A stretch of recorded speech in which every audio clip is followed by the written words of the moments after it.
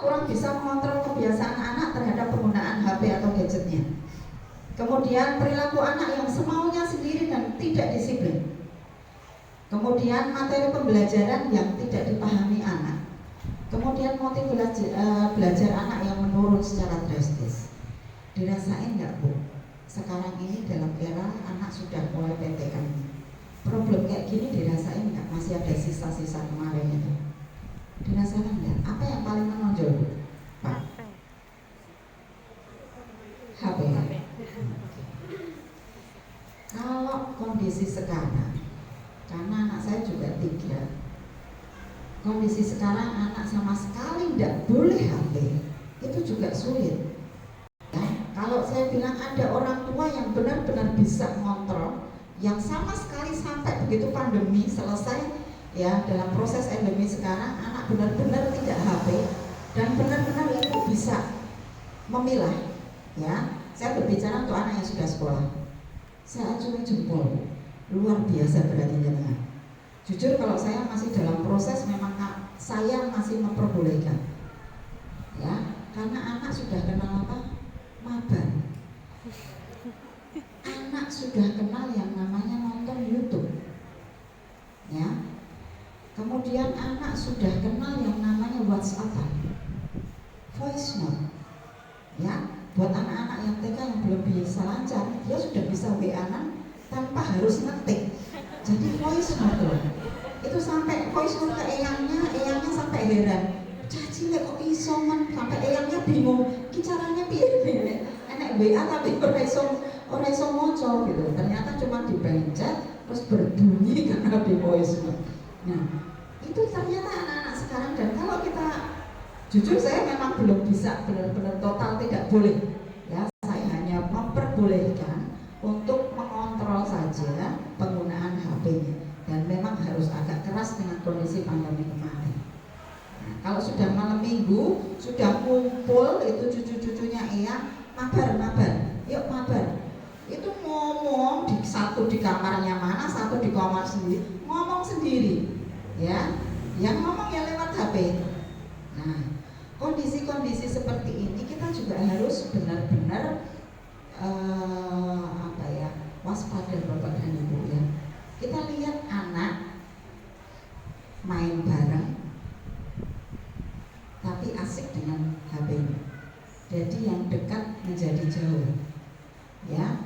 Nah, kondisi-kondisi seperti ini mau nggak mau membuat anak dengan sisi empati yang sama sekali ada problem nantinya, yang membuat anak menjadi menurun empatinya.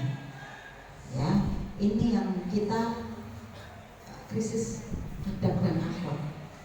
Ya, anak menjadi tidak peduli gitu. Dia semakin akan asik dengan HP-nya kalau kita benar-benar nggak bisa kontrol. Nah, kondisi ini mau nggak mau berpengaruh dengan emosinya orang tua.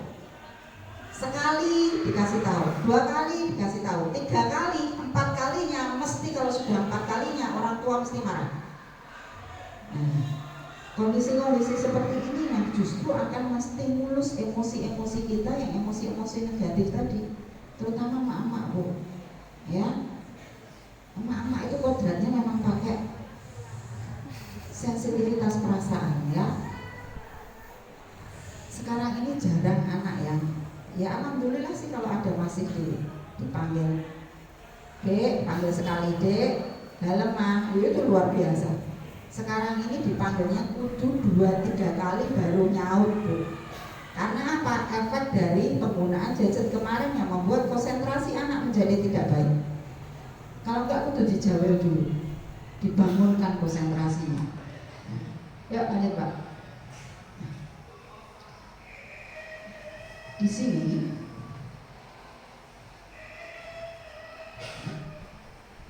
ayah dan bunda menurut, ya, jadi manusia itu sudah dikaruniai sama Allah itu 3 kekuatan yang kita sebenarnya semua orang punya, yaitu kekuatan hati,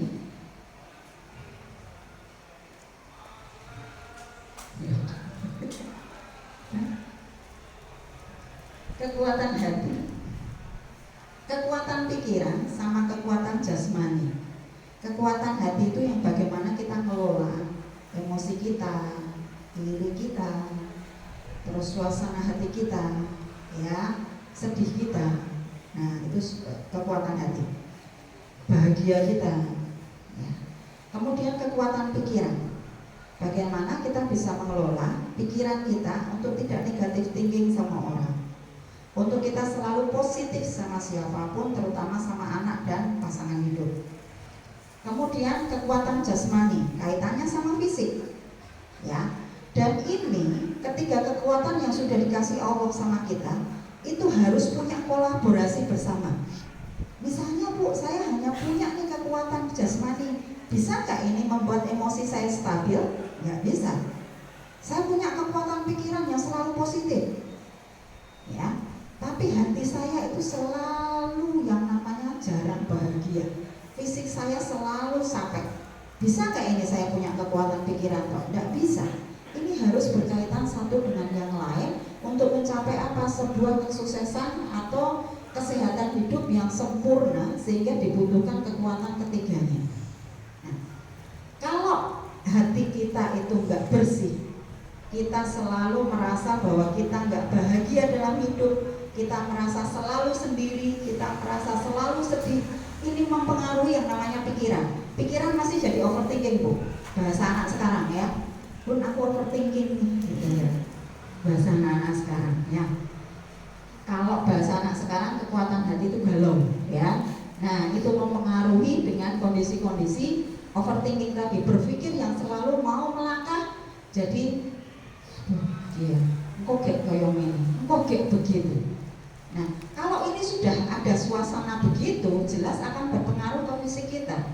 Fisik kita mungkin akan mengeluh atau mengeluh kepada tubuh kita, ya, akhirnya membuat kita jadi psikosomatis tadi, sakit perut, pusing yang berkepanjangan, darah tinggi selalu, darah rendah selalu, ya, pokoknya selalu fisiknya mengeluh. Ini karena memang ada kekuatan kelemahan di hati, kelemahan di pikiran yang berefek kepada psikosomatis. Nah, 90% sakit fisik itu karena hati, pikiran dan suasana hati sebenarnya. Nah, makanya kemarin pandemi, Bu, banyak sekali muncul kesehatan atau gangguan-gangguan psikologis yang muncul, yang dulunya enggak kok jadi muncul. Nah, itu yang namanya bipolar disorder, kemudian OCD, obsessive compulsive disorder, kemudian borderline disorder, dan lain sebagainya. Nah, ini ternyata efek dari kondisi-kondisi yang diredam atau direpres di alam bawah sadarnya seseorang, akhirnya nggak kuat, berefek pada psikosomatis yang terjadi. Nah, yuk lanjut, Pak. Nah, ciri emosi diri yang tidak stabil, ini cirinya adalah mudah tersinggung. Kemudian impulsif itu punya emosi yang kadang kaitannya sama di nomor 6. Jadi secara spontan, kalau lagi marah, lagi kesel, itu tiba-tiba teriak, mukul, nangis, dan lain sebagainya. Jadi impulsif, jadi emosinya terlalu kurang bisa dikontrol, sehingga terjadi pikiran-pikiran dan sebagainya. Contoh yang kemarin baru terjadi itu lagi marah itu, ya. Itu kalau kita ngikutin memang untuk orang dewasa, benar.